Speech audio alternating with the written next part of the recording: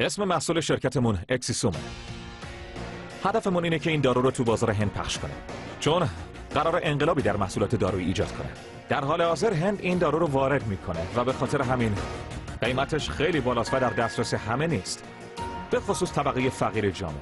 آرزوی آزمایشگاه نون این بود که این دارو برای مردم فقیر در دسترس باشه. هیچ کدوم از کارشناسایی که اینجا هستن با ترکیب این دارو مشکلی ندارن، به جز یه نفر، دکتر پالاک. بفرمایید. اولین باره که یه نفر آزمایشگاه نون بیوتیک رو به چالش میکشه، اما ما نمیترسیم، عقبم نمیکشیم. نون بیوتیک بهترین دکترا و داروسازای کشور رو استخدام کرده و قبل از معرفی این دارو در بازار سالها روش مطالعه کردن. همچنین رئیس بخش دکتر سوبرامانیان و تیممون که تا حالا هیچ وقت ما رو ناامید نکردن. قهوه‌تون سرد شد خانم. ممنون، نمیخورم. ریتویک، میتونم یه چیزی بگم؟ من قهوه زیاد خوردم، باید برم سرویس بهداشتی. راحت باش. خب داشتم چی میگفتم؟ ببخشید، منم میتونم برم توالت؟ آره حتما. ممنونم.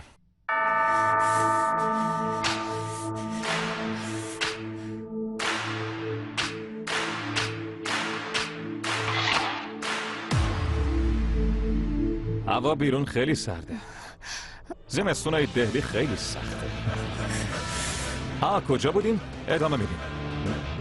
دکتر پالاک فکر میکنه که این دارو به درد بیماری کلیوی نمیخوره. میشه بهمون بگین چرا؟ خب آره، به نظر من خیلی ببخشید.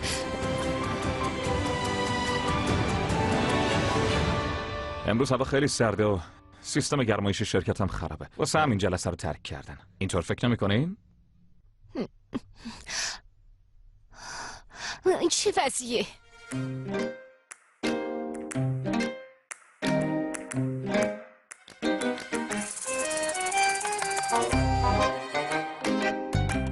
سرویستون کجاست؟ این سمت خانم.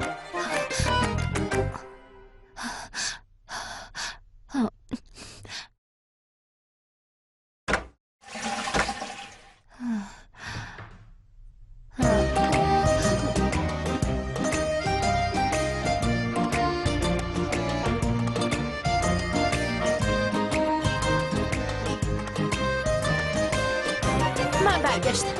میبینم، ولی متاسفانه جلسه تموم شد. اگه هدفت این بود که کارشناسای ما رو راجع به نظرت درباره دارو متقاعد کنی، باید بگم دیر کردی.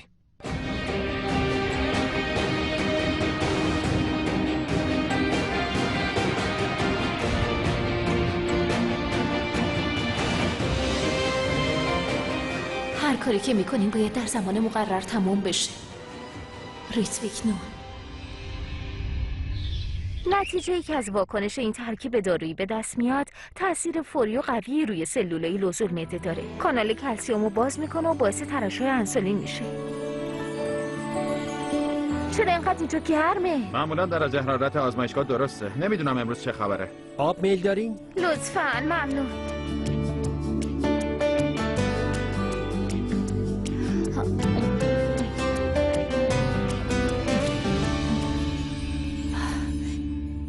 سلام به همگی. سلام استاد. چی شده؟ داشتم نظرمو به کارشناسا میگفتم.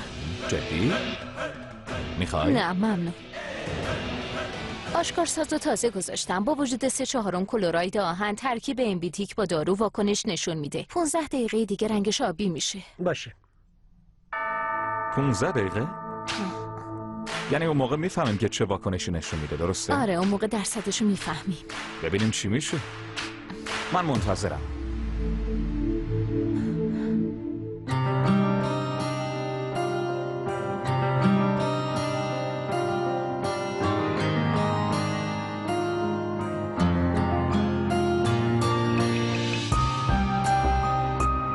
واقعا امیدوارم نتیجه آزمایش چیزی باشه که انتظارشو دارم.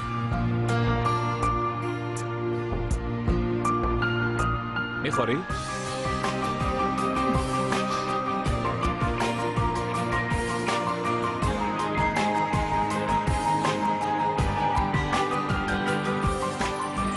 خیلی خوب، 15 دقیقه شد. رنگش عوض شد.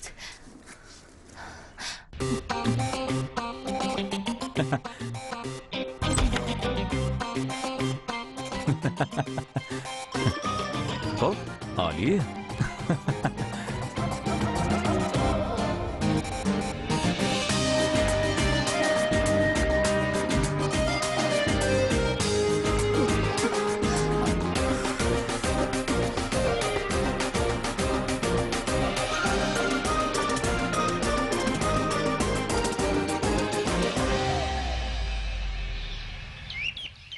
بخور بهتر میشی.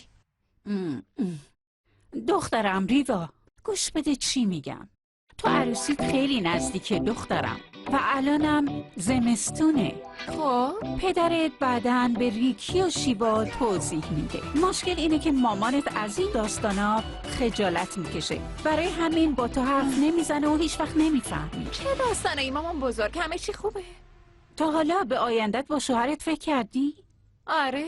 چرا میپرسی؟ چون تو و سامر در آینده با هم زندگی میکنی و قراره با هم توی تخت بخوابیم. میفهمی منظورم چیه؟ منظورم رابطه است، رابطه که معمولا بین زن و مرد ایجاد میشه.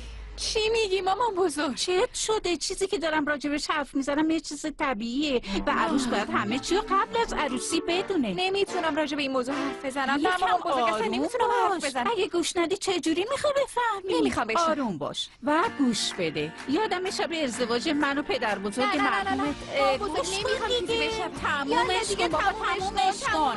بس دیگه گوش کن ببین چی میگم. چی شده ریفا؟ چرا راجب رابطه حرف میزنه؟ میگی تمومش کنه؟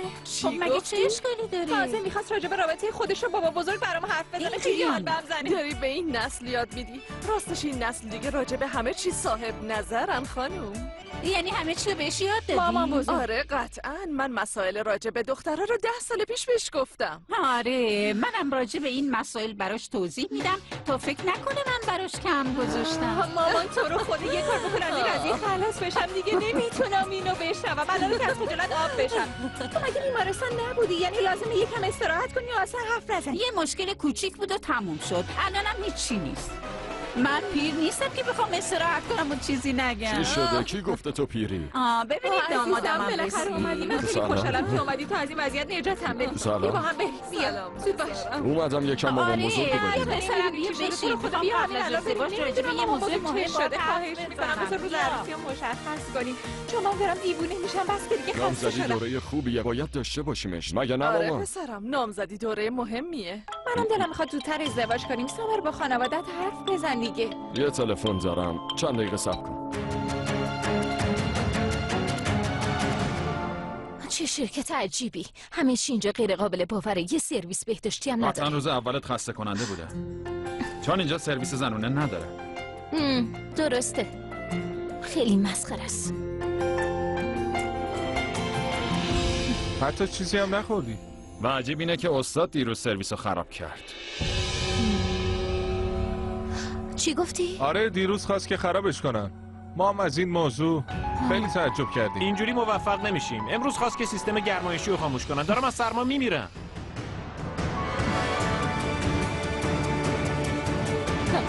حالا یه دقیقه صبر کن نتیجه آزمایش رو ببین که مثبت یا منفی. در هر صورت منفی. الان برمیگردم. آره حق با تو. خیلی خوشمزه است. چی کار میکنی خانم؟ این کارت خیلی زشته. خانم این دستشویی مردونه است ها. ببخشید ولی شرکتتون سرویس زنونه نداره. من مجبورم. منو ببخشید.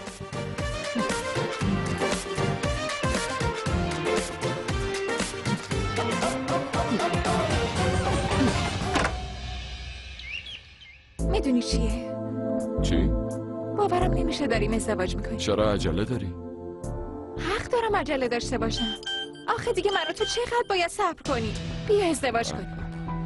ببین من یادم رفت بگم امروز با یه مشتری قرار ملاقات دارم. برای همین یکم دیگه داره میاد اینجا. من خیلی معذرت میخوام ازت. مگه اینجوری نگفتی؟ آره ولی این قرار خیلی مهمه. ازت خواهش یعنی میکنم. میخوام خفت کنم. امروز برو. بعداً هم دیگه رو میبینیم. خیلی خوب. بعدم میبینمت باشه. حتما.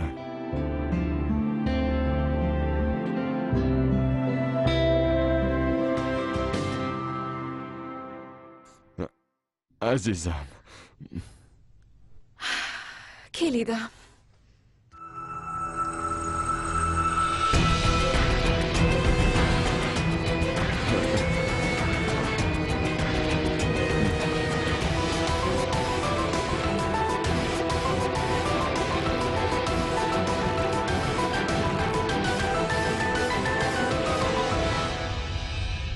رئیس میدونستی از وقتی سرویس زنونه رو بستم مشکلات شروع شده؟ چرا؟ چون اون خانم داره از سرویس مردا استفاده میکنه. واقعا؟ آره داره از اون استفاده میکنه. این خیلی اذیت کننده است. خیلی خوب باشه، باهاش صحبت میکنم. ببخشید آقایون، شما ادامه بدین. چی شده آقایون؟ چرا دارین میرین؟ بمونید، خجالت نداره که. تو خجالت نمیکشی؟ داری از حدت خارج میشی. کی منو مجبور کرد؟ شما. تو به عنوان یه مدیر کار چیه؟ ایجاد شرایط مناسب و راحت واسه کارمندات. و تو چی کار کردی؟ توالت زنا رو بستی. راستی میتونم ازت شکایت کنم، به خصوص که همه کارمندای زن تو بدون دلیل خاص مرخص کردی. چرا؟ همشون بیکارن؟ گویا این ذات شما و داروهای شرکتت اتفاقی داره فروش میره؟ آره؟ چون کارشناساتون به فکر فروش نیستن و به چیزای مسخره فکر میکنن. ما دخترها عادت داریم سخت کار کنیم تا بتونیم به هدفمون برسیم. یعنی داستان اینه که بستن یه توالت ما رو ناامید نمیکنه. میتونی اینطوری فکر کنی، ولی این اشتباهه. کسی که واقعا تلاش کنه به نتیجه میرسه آقا. صبر کن.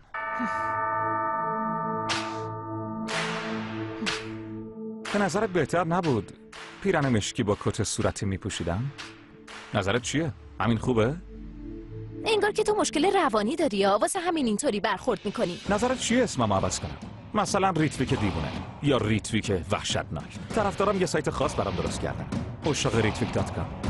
باید ببینیش، خیلی بامزه است. تو واقعا یه هنریم. میدونم. واقعا خوشحالم آروهی ترکت کرد. واقعا خوشحالم. آره درسته، بهترین دوستته. خیلی ناراحته نه؟ و چون نتونست منو به دست بیاره همش داره گریه و زاری میکنه. هنوز اینو فراموش نکردی؟ تو غیر قابل باوری. من از اول اومدم که خیلی حرفه‌ای و بدون در نظر گرفتن مسائل شخصی کار کنم، ولی تو چی؟ تو یه بچه کوچولویی. به من ربطی نداره که چی باعث شده از همه دخترا متنفر بشی یا اینکه ازشون فرار کنی. ولی بذار یه چیزی بهت بگم، چه از کسی متنفر باشی یا اینکه خوشت بیاد به من هیچ ربطی نداره. تو اصلا واسم اهمیتی نداری. کسایی هستن که دوستشون دارم، مامانم، پدرم، دوستام، همینطور کارم. و اندازه تو بین اونا فقط یه نقطه است که داره تموم میشه. تو محور زندگی من نیستی و نخواهی شد. و اگه فکر میکنی کار خوبی داری با دخترا میکنی، وقتشه که یه چیزی بهت بگم. خوب گوش کن، واسه هیچ دختری مهم نیستی. و اگه فکر میکنی امروز کار خوبی کردی، باید بدونی که امروز واسه من فاجعه بود آقا، چون تو یه کار مهم و خراب کردی.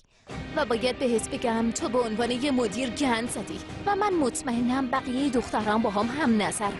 راستی راجع به این حرکات تو، شیک پوشی تو، این داستانا، همه اینا فقط تو سرته. واسه همینه که به کارت فکر نمی‌کنی. بهت توصیه میکنم که همه این فکرها رو از ذهنت پاک کنی. شاید یکم محترم‌تر شی.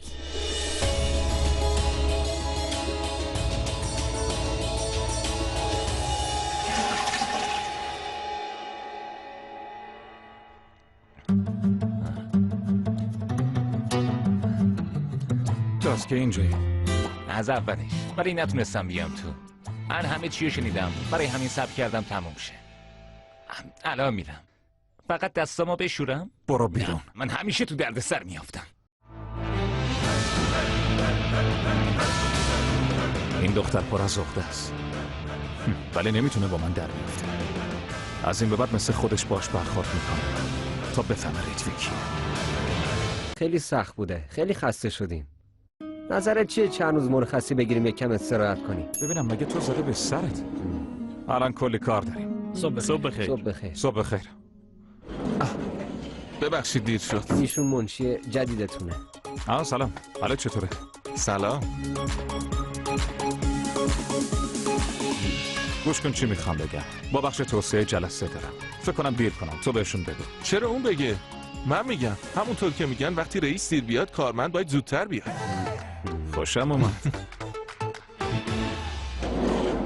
توی شرکت یه دوری باش میزنم. بیا. روز بخیر. روز بخیر.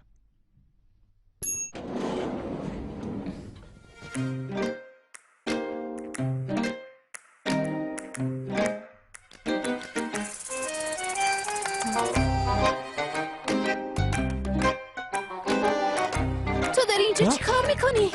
میخوای پیرنتو در بیاری؟ این آسانسور واسه همه کارمنداست. چرا وایستاد؟ تو نگهش داشتی آره؟ بگو چی کار میخوای بکنی؟ ببین بیشتر از این نزدیک نشو. تکواندو بلدم و 3 هفته تمرین کردم و با چند تا حرکت میتونم بکشمت. وایستا، نزدیک نشو. برو کنار. چی کار میکنی؟ دکمه توقف خودت زدی. راستی بهم چی گفتی؟ تکواندو 3 هفته؟ خیلی به خودت مطمئنی. و تو هم خیلی مضحک و مسخره ای. پسری عقب افتاده. من واسه این کارا اصلا وقت ندارم. همه لحظات زندگیم برام با ارزشه. زمان برام مهمه و به خودم خیلی توجه میکنم. الانم دیرم شده.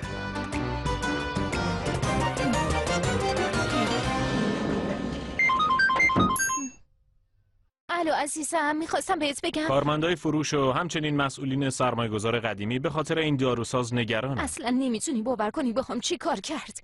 حالا بعدم میگم. این خانم خیلی به خودش مطمئنه. حالتون خوبه قربان؟ چی شد؟ چی شده؟ چی شد؟ قربان یکی زنگ بزنه اونجا. ببین بعدم بهت زنگ میزنم. برید کنار، داره خفه میشه. زود باشه، باید کمکش کنیم. بلندش کن.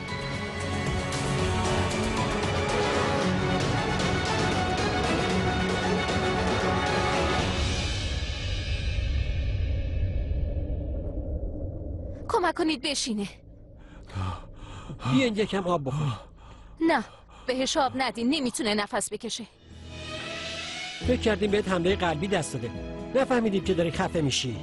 ولی اشاره کردم که دارم خفه میشم. هیچ کدومتون نفهمیدین. فقط دکتر پالاک فهمید. دکتر پالاک، ممنون که منو نجات دادی. اگه بهم کمک نمی‌کردی شاید الان مرده بودم. من کاری نکردم، وظیفه‌م بود. لطفاً مراقبش باشید. یه لحظه دکتر پالاک. بله آقا. داروی اکسیومو به چالش کشیدی درسته؟ درسته. خب بگو اسم دانشگاه چی بود؟ دولتی. خیلی خوبه. بورسیه رو گرفتی؟ من با معدل 94 نفر اول بودم. دکتر پالاک، راستش دوست دارم فرضیتون رو ببینم. میتونین صبح زود بیاین دفترم؟ بله آقا، ممنونم. ممنونم. ممنون استاد.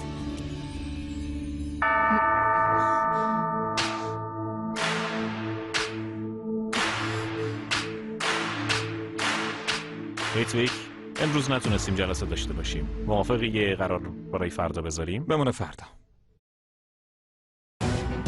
آره چی اینجا بود؟ استاد، همه دخترها اینجوری تا چششون به یه مرد میخوره میخوان به هر طریقی که شده جذبش کنن. منظورم اینه که همین چند لحظه پیش تو یه لحظه تونست یکی از کارمندا رو جادو کنه. جدی؟ فکر نکنم کسی باشه که اندازه من دختره رو بشناسه. اصلا برای همین اومد شرکت، برای اینکه پول بگیره. داره همه کار میکنه. واسه همینم اینقدر میگه که داروی ما کارساز نیست، ولی دواش دست منه. حالا میبینی فردا چی میشه. دستشویی مردونه؟ حالا واقعا میگی؟ باور کن دارم راست میگم. چرا؟ کار دیگه ای میتونستم بکنم؟ تا کی میخوام برم دستشویی رستوران؟ دستشویی مردونه؟ وای آخه این چه جور مردیه؟ رفتارش با دخترها غیر قابل تحمله. دلم به حال خانواده‌اش میسوزه. یعنی با دختره خانواده‌اش هم همین جوریه؟ بعد جادوگری که سرش قطع شده بود شروع کرد به بالا رفتن از درخت تا بره دنبال پسر بدبخت و انتقام بگیره. قدم به قدم بالا میره. مگه داستان تموم شد؟ مامان بزرگ، کارات عجیبن. معمولا برای بچه ها داستان میخونن، نه بزرگا. تازه داستانایی میخوای که پر از قتل و شرارت. تو کابوس نمیبینی؟ ساکت شو، بذار داستان رو گوش بدم. آخرشو برام خراب نکن.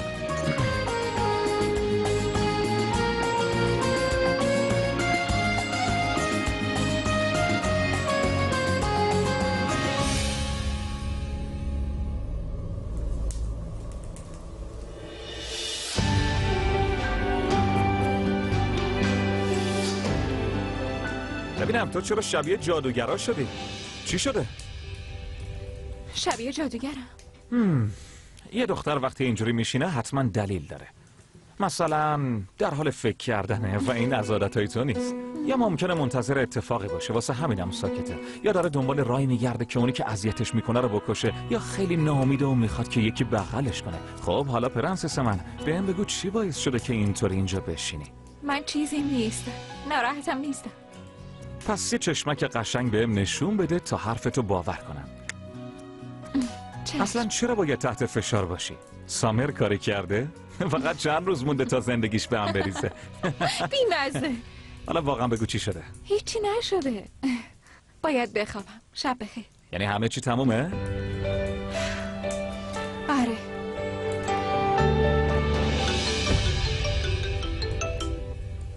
بگو. استاد، آماده سازی تموم شد. دکتر پالاک 0 و تو 1.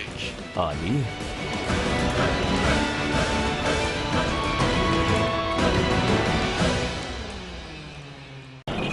درسته که قلبت شکست، ولی تو هم نباید این کارو کنی. آره درسته، برای همینم اومدم اینجا تا جواب بگیرم. داره میاد اینجا. این چه صداییه؟ نباید بذارین کسایی که صداشون انقدر بده همونطوری بخونن. آرامش بهش بگو، بدون مشکل. دیدمت معنی خوشبختی رو فهمیدم، دنیا رو دیدم. چه شده؟ کجا ماتت برده؟ دیدمت معنی خوشبختی رو فهمیدم. این همون خبرنگاره نبود که با هم مشکل داشتیم؟ صداش هم خیلی بده، با این حال داری گوش میدی؟ رفیق، صدا مهم نیست. اونجا ایستادن و خوندن شجاعت میخواد. هر کسی نمیتونه این کارو بکنه. تو میتونی؟ آره میتونم. نه نمیتونی. اصلا میتونم. آره. ببین چقدر خوشگل شده. من یکم دیگه برمیگردم. کجا میری؟ وایسا. معنی زندگی رو فهمیدم.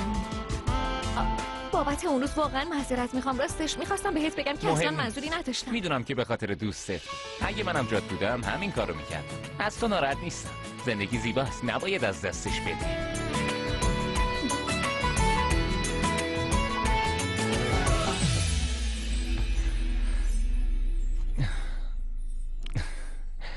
چی میخوایی بخوری؟ آب طلبی؟ نه، من آب هندونه رو ترجیح میدم. باش. ممنونم. آره. سلام. آمان، رفیق روی. بله. اسم من به اسپانیایی یعنی عشق زیبا. به این منظوره. میبینمتون. از خونه به هم زنگ زدن، گفتن که خدمتکارمون سکته کرده، باید برم. باشه وایسا، آروم باش. یه لحظه.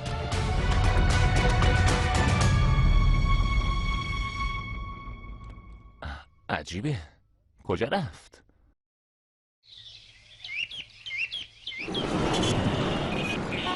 پالاک، حالا همه چی آماده است که ارائه امروز تو ببینم. مدیر همیشه از من راضی میشه. خدای من. نه مامان، لباس صورتی هم باید بره خوشرویی باشه. ببین الان یه جلسه خیلی مهم دارم، باید گوشی رو قطع کنم، بعداً زنگ میزنم. ببخشید معذرت میخوام خانم.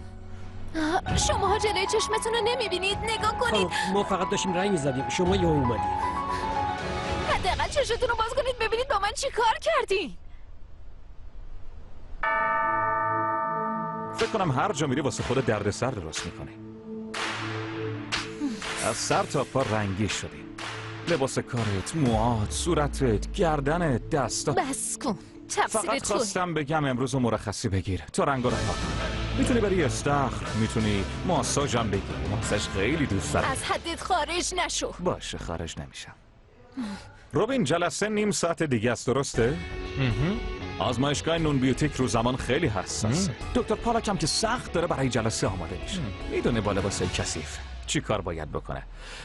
فوراً جلسه رو کنسل کن. نه لازم نیست. هنوز نیم ساعت مونده و من به موقع تو جلسه حاضر میشم. و اگه نرسیدی بیای چی؟ استعفا میدم. مگه تو اینو نمیخوای؟ اشتباه متوجه شدی. اتفاقا درست متوجه شدم. راستی دختری قشنگ زیادن ولی تو از اونا نیست. اونا معمولاً بازنده.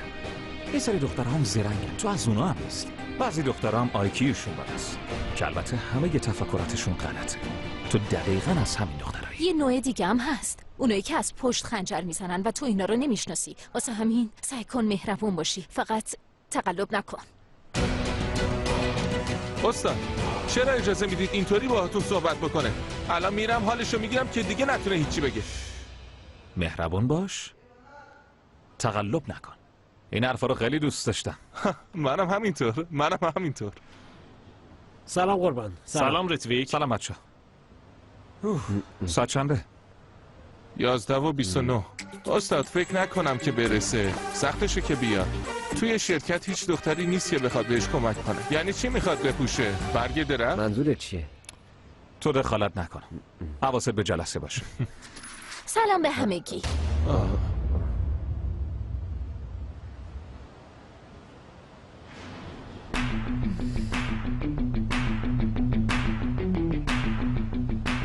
باورم نمیشه کت منو پوشیده. آزمایشو شروع کنی؟ حتما.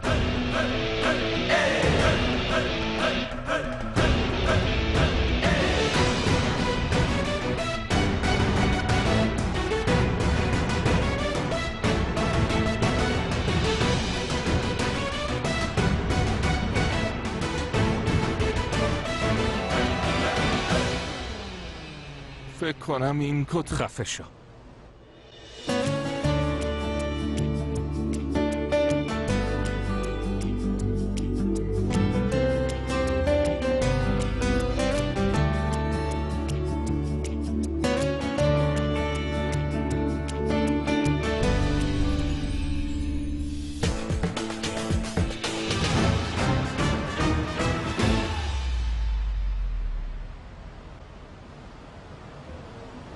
دیروز محلول عوض کردم. وقتی شروع کنه مخلوطش کنه منفجر میشه.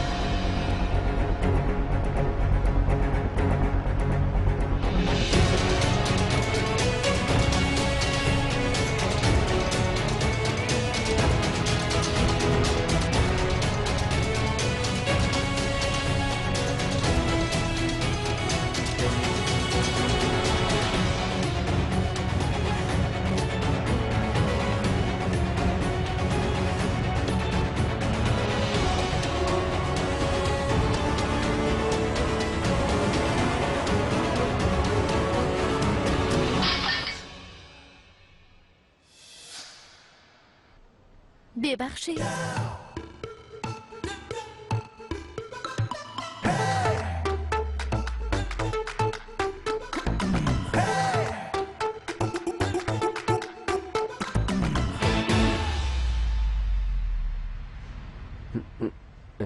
هر بیماری قندی عوارض مختلفی داره. بر اساس مطالعات من این دارو واسه بیماران قند خوبه، به جز بیماران کلیوی. و برای درمان بیماران کلیوی هم تحقیقاتی انجام دادم که به یه سری نتایج رسیدم، ولی مطمئن نیستم چون درصدشون کمه. راه حلی که بتونه قند رو کنترل کنه و به کلیه ها آسیب نرسونه.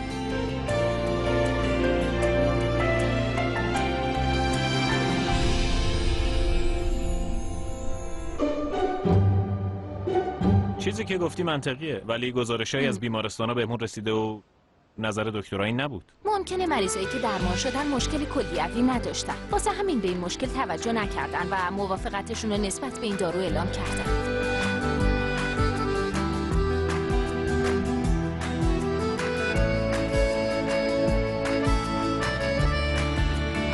دکتر پالاک، حق با توه، کارت خوبه.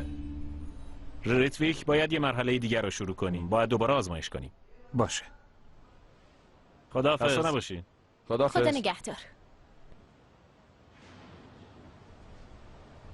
متانول رو با سرکه جایگزین کردم و فهمیدم که یه چیزایی عوض شدن.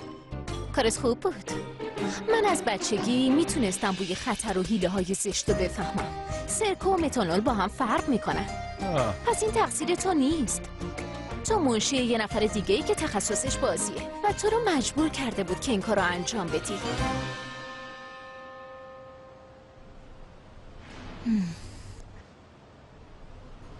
ببخشید. میدونی چی به مشامم میاد؟ بوی غرور. اگه یه دختر باهوش باشه معنیش این نیست که مغرور نیست. پس مشکلی نیست. اصلا چرا باید با دست کنم؟ من حرفی با شما ندارم. راستی میخواستم نظرت راجع به کار بپرسم، ولی شنیدم که مردگی ساده معمولا فقط چشمشون کار میکنه. بگو ببینم لباسم بهم میاد؟ باید به خاطر این کار ازت تعریف کنم؟ ولی انگار تو اتاقای بسته سوبرامانیومو ترجیح میدی، یعنی جایی که به این کار قانعش کردی. میخوای با منم همین کارو بکنی؟ یا نیازی به این کار نره؟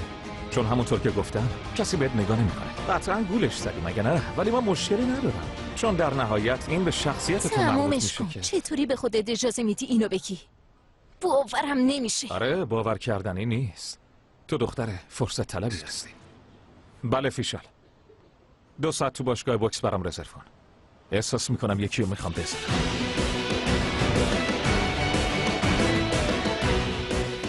یه نصیحت میکنم، همینجا بمونه، وقت تو تلف کن. درسته که میتونی همه اشتباهات رو درست کنی، ولی با من خطا کردی و سخته که درستش کنی.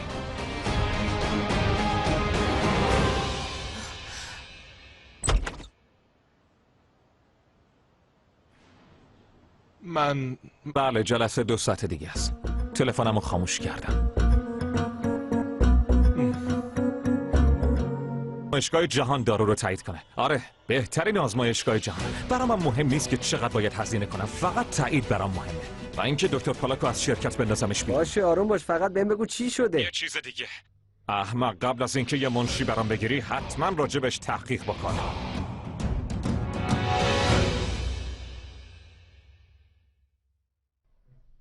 اوه وای، لبخند ریتفیکنون وحشتناکه. از اینکه یادم عوضی باشی لذت میبری. واقعا داستان دوست داری. تو دوست داری بازی کنی؟ باید بگم تو با این کارت منو یکم غافلگیر کردی. واقعا؟ بالاخره داری ازم تعریف میکنی؟ متعصب ترین پسر دنیا داره از یه دختر تعریف میکنه؟ به نظرم این برات سخت باشه نه؟ حالا که قبول کردی یه کار دیگه هم بکن. 4 تا انتخاب داری. بگو منو ببخش و ترکیب اون دارو رو عوض کن و همینطور قبول کن که اشتباه کردی و حرف من درست بوده. حرفتو قبول ندارم. جوابت اشتباهه و کسی که برنده میشه قطعا تو نیستی. امروز روز بعدی واسه غرور تو بود، درسته؟ بهتره بری خونه. غرور اسلحه ضعیف است. میدونی اسم من چیه؟ ریتفیکنون. خب چی باعث میشه این کارا رو بکنی؟ شاید قلبت یه جوری شکسته که نمیتونی فراموشش کنی ها؟ یا به خاطر دختری باشه که ترکت کرده و رفته؟ به خاطر پول رفته یا یه مرد باهوشتر است و شاید هم زیباتر؟ یا اینکه یه مرد واقعی بوده؟ اصلا هم اینطور نیست. پس داستان چی بوده؟ چجوری راضی میشه که با کارمندات مثل لوازم خونت رفتار کنی؟ و اینکه هیچ دختری ندونه چطوری با تو رفتار کنه ها؟ دلم به حال دختری که قراره باهات باشه میسوزه. قطعاً به خاطر پول تو و موقعیت خانوادته که باهاته، یا شایدم قیافه خوبت. فقط بذار یه چیزی بگم، تو یه آدمی هستی که واسه هیچ کس احترام قائل نیست، حتی واسه خودش. راستش فکر کنم مامانت تمومش کن. قبلا عکس مامانتو تو روزنامه دیدم. معلومه که خانم محترم و دوست داشتنیه. مامانت فقط یه اشتباه داره، تو.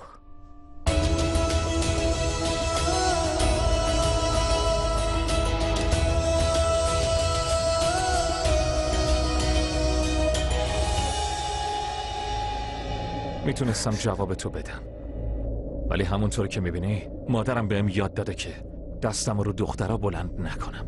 نمیدونم مامانت چجوریه، ولی اینو میدونم که بهت خیلی چیزو یاد نداده. من میتونم زندگی تو در عرض یه روز نابود کنم. بهت هشدار میدم که از حد تجاوز نکنی. حرفم واضحه؟ نذار جوری باهات رفتار کنم که پشیمونی تا آخرین روز عمرت همراهت باشه.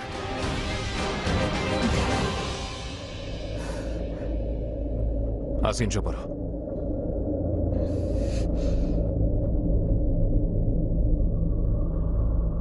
یا به خاطر دختری باشه که ترکت کرده و رفته، یا به خاطر پول رفته. مامان تو رو خدا نرو. خواهش میکنم ریتویک، گریه کردن دیگه فایده ای نداره. من دارم میرم. پول مهمه که زندگی تو بسازی و چیزای دیگه توی این دنیا یه دروغه و بس. پالاک شارما، این آخرین روز تو این شرکته. آمان پرونده رو بفرست. قرارم کنسل کن، میخوام برم. منم دارم میرم. شاید تقدیرمون اینه از هم جدا بشیم. به هر حال بیا. پالاک آیپدشو پیش من جا گذاشته. دیدم که توی سایت دوستیابی شرکت کرده. باشه اصلا به من ربطی نداره. اصلا چرا باید اینا رو بگم؟ خدا نمیخواد خیلی حساس باشی. این حرکت خیلی خوبیه. آفرین.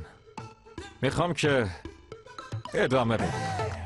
یعنی چیزی که برام مهمه کار و هوشته. بهتره برگردی سر کارت. یعنی میخوای برگردم؟ همین امروز؟ نزدیک من نشو. من سرم خیلی شلوغه و اصلا وقت خالی ندارم. تو باید جای منو بگیری. چرا رنگت پریده؟ نه ترس، برو بدون هیچ مشکلی کارتو ادامه بده. فقط به یه شرط. حواست باشه که به من نزدیک نشی. دور بمون. باشه. راستی بیا اینم رمز آیپدشه. چی؟ چجوری پیدا کردی؟ با روش‌های خودم. ای زبه. کارت خوبه. قبلا واسه این که احساس طرف مقابل رو بفهمی باید به چشماش نگاه می‌کردی. ولی زمانه عوض شده. الان دیگه باید موبایل‌ها و کامپیوترها رو چک کنیم. دکتر پالاک تو خیلی رو مخی. درسی بهت میدم که هیچ وقت یادت نره.